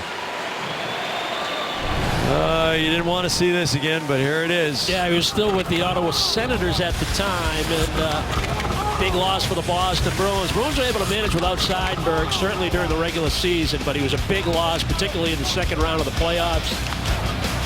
You know the man's in trouble because he's such a powerful guy, and he's still able to get himself up and over across the ice to the bench, but tough break for Seidenberg in that contact with Conacher. In 3 of the last 4 playoffs, Dennis Seidenberg has been healthy as Brennan works the power play. Gets it back from Nielsen and drives it right into Kelly, who had the glove turned the wrong way with the palm forward. Sometimes a scary thing.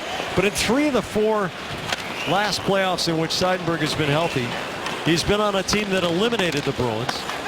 He's been on a team that won the Stanley Cup. And he's been on a team that made the Stanley Cup final. You know, that's not coincidence. Dennis Seidenberg's value to this Boston Bruins team is right there with the core. 3-3 your score. The Bruins trailed 3-1 coming into the third period. Short-handed situation. A little over 30 seconds to go on the Islander power play. McQuaid knocks the puck down, finds Bergeron. Bergeron finds Bartkowski with an explosive move. Beautiful short-handed shot, short side to make it 3-2. And then Marchand, again, the Bruins, this time getting it back all even with Marchand coming out of the penalty box. A great steal by Eriksson to set up Marchand for the beautiful finish on the breakaway. Now we're tied at 3. Marchand doing a little lobbying, possibly discussing being assessed for a penalty earlier tonight. Matt Martin not fleet of foot, and Johnny Boychuk shuts down the angle, follows him, stays between the man and the puck. Martin stabs it to Clutterbuck. Seidenberg seals off Clutterbuck. Seidenberg gets knocked down. Tries the hand pass. There's Boychuk with the angle and the strength again, overpowering Ryan Strome. Krejci patiently toward the blue line. Tosses to the corner. Lucic in front for Eriksson. He jams the goal. We're going to get a goaltending interference call on Louis Eriksson, I believe. Or interference. Yeah, goaltender interference call. Yep. Goaltender in the blue paint. You got to do everything you can to avoid body contact. Lucic was looking for that bang-bang, throw it in that neighborhood. Eriksson just doesn't come to a complete stop outside the paint. Enough body contact with Poulin to get the call. The Bruins will be shorthanded again here in the third. Yeah. Bruins expressing some displeasure with the call, but Well, it's an area of the game, and we learned this from our trip to New York City for the NHL Broadcasters Summit meeting, whatever you want to call it.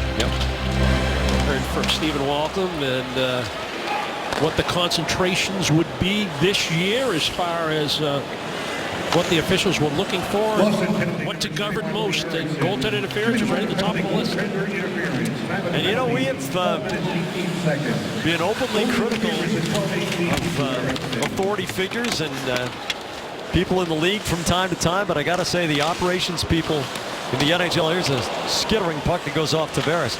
The operations people have shown remarkable transparency and openness. They listen, and they have made the game so much better in the last 10 years. The drive and a save by Smith, and you heard, I believe, his skate clank off the post. The glove safely in his trapper the whole time. He gets a good look at this one-timer from about 55 feet, and you still have to be athletic. You got to have that good glove hand. Not sure if it was inside the post or not, but in a 3-3 hockey game on a one-timer, you don't play the percentages. You go get it.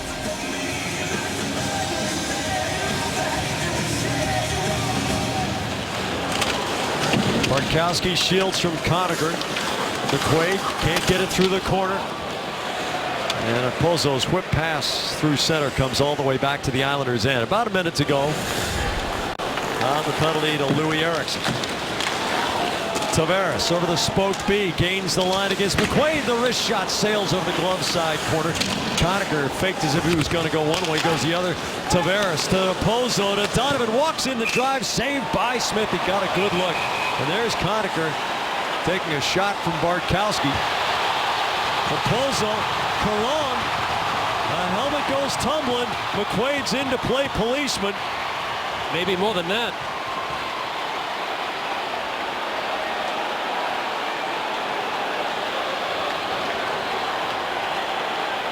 Well, Conacher's been a target all night, and he's earned it. Like a Marchand, not a big guy, but plays on the edge. He's a good offensive player, but a smaller guy that can get under your skin a little bit with a little extracurricular. Little chop at the goaltender. Bartkowski comes over. Kelly comes over. Oposo and Caron. And that's where McQuaid gets in between Oposo and Caron, and you know, you get closer to the regular season, Jack. The exhibition games are winding down. You're getting to a smaller number in terms of the working group. You know, it's not 45, 50 guys in camp anymore. The competition is heightened with Krug and Smith back in the fold. Yep. Fewer jobs to be had. And the intensity comes up. Isn't it great? It is.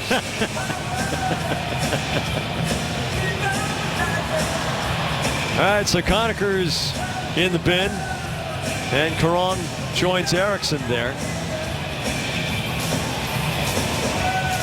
And Corey Conacher had that sensational start coming out of the half-year lockout, the 2013 season with Tampa Bay.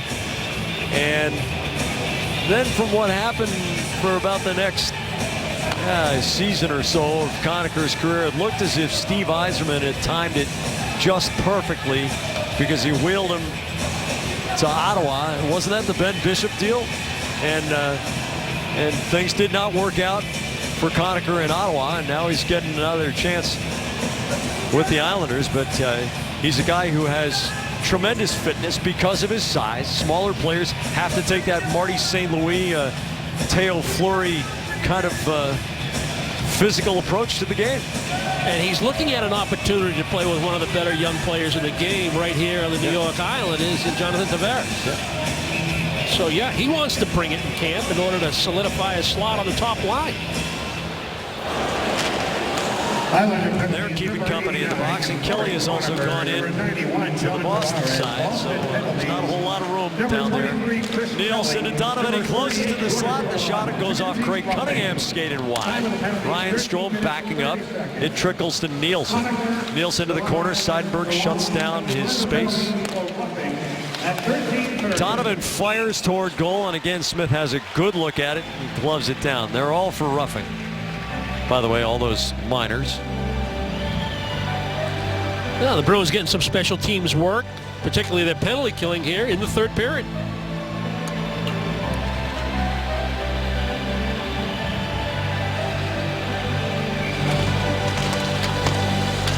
Bergeron wins the faceoff away from Bailey.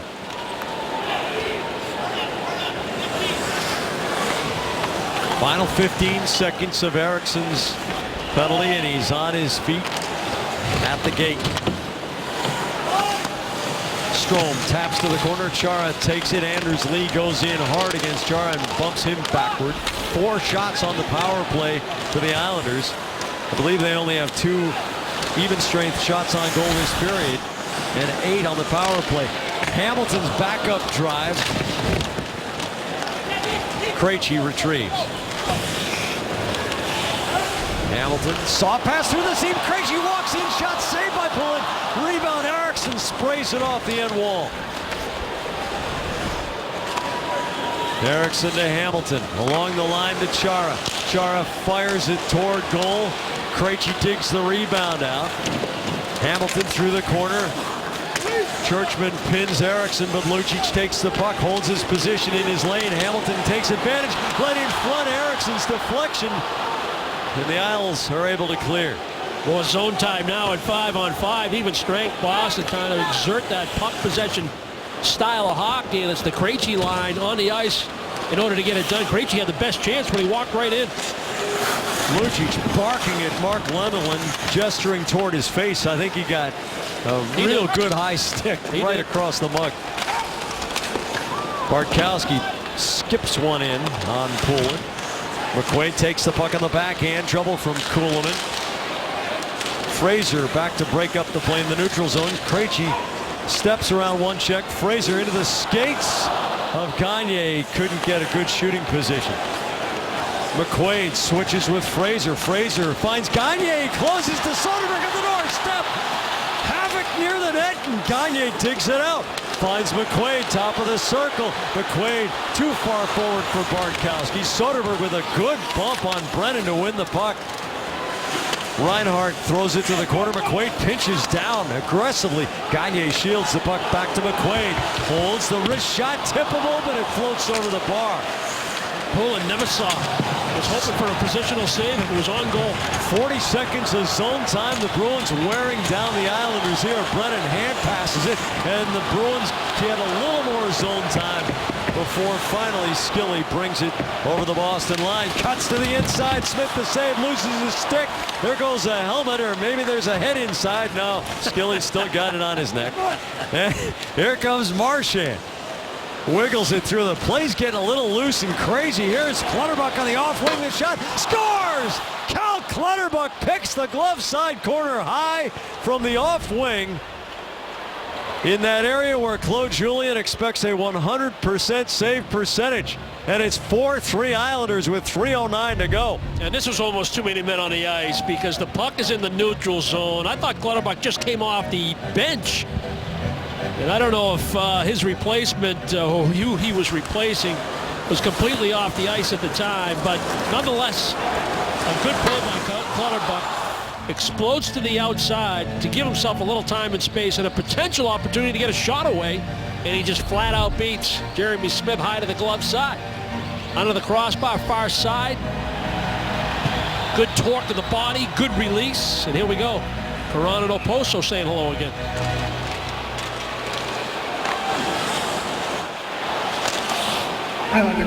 The stick work continuing after the drop of the puck.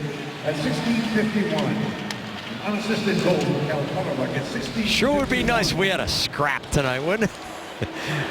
Probably a little late. Kelly tries to work it down the wall. Strome backhands it softly. Robbins keeps the puck alive for Boston. Perron shields it. Steps in front, and Bailey takes the pass from Oposo. Skitters it on towards Smith, who steers it over to Chara. Yeah, you make a good point, Jack. You know, you're in training camp, and you know you're going to get into some skirmishes during the regular season, and you know, a good fight in the preseason sometimes is required. You're not going to get that in practice, or very rarely. Anders Lee turns it away from Boychuk. The shot saved by Smith outside the crease, and he'll take the faceoff. 2:07 to go in this game. 4-3, the Islanders leading in preseason at TD Garden. TheNesson.com game report. Cal Clutterbuck always making contact, and he's made contact with the back of the goal. He has a 2-point night. Kyle Oposo with a spectacular individual move coming off the boards. Patrice Bergeron had the first goal of the game and an assist. Brad Marchand also has a 2-point night. Tavares walks right off the faceoff dot and gets a shot on Smith.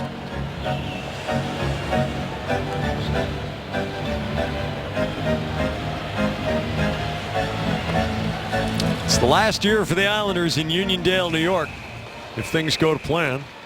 Where they headed, Jack? Brooklyn.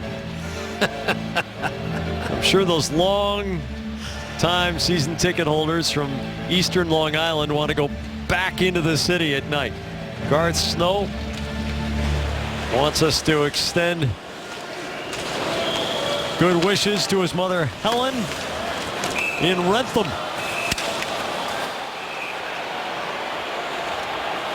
Tavares and McQuaid, and anytime Tavares gets up slowly, there are going to be a lot of teammates around the offending party. Tavares is truly a franchise player and would be for any team. Well, he's going to the penalty box, and he got locked up in a little exchange with Adam McQuaid behind the play, and both guys will probably end up in the penalty box right off the draw. Austin McQuaid, 2 minutes slashing. 91 Islanders, 2 minutes slashing, 4-on-4. I mean, it's just a puck battle. Little knockdown. McQuaid thought he had that little sleuth foot or some sort. The chop by McQuaid, but then Tavares came right back at him. They'll both end up in the box. And they'll both make their way to the locker room. And you know, it's not the debating team out there. I mean, it must happen to you at times in your career. A guy hits you, it really hurts. Your first reaction is hit him back, isn't it? Sure.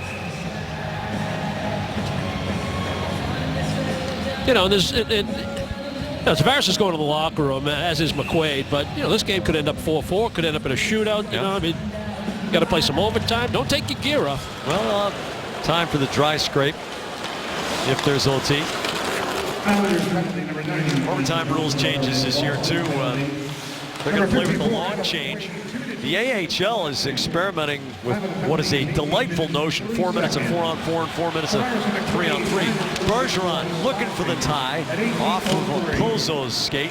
Pozo gloves it down. Bergeron with a good body check. Here's Marchand with a little dangle. Couldn't keep it on the forehand. Bruins have pulled the goalie.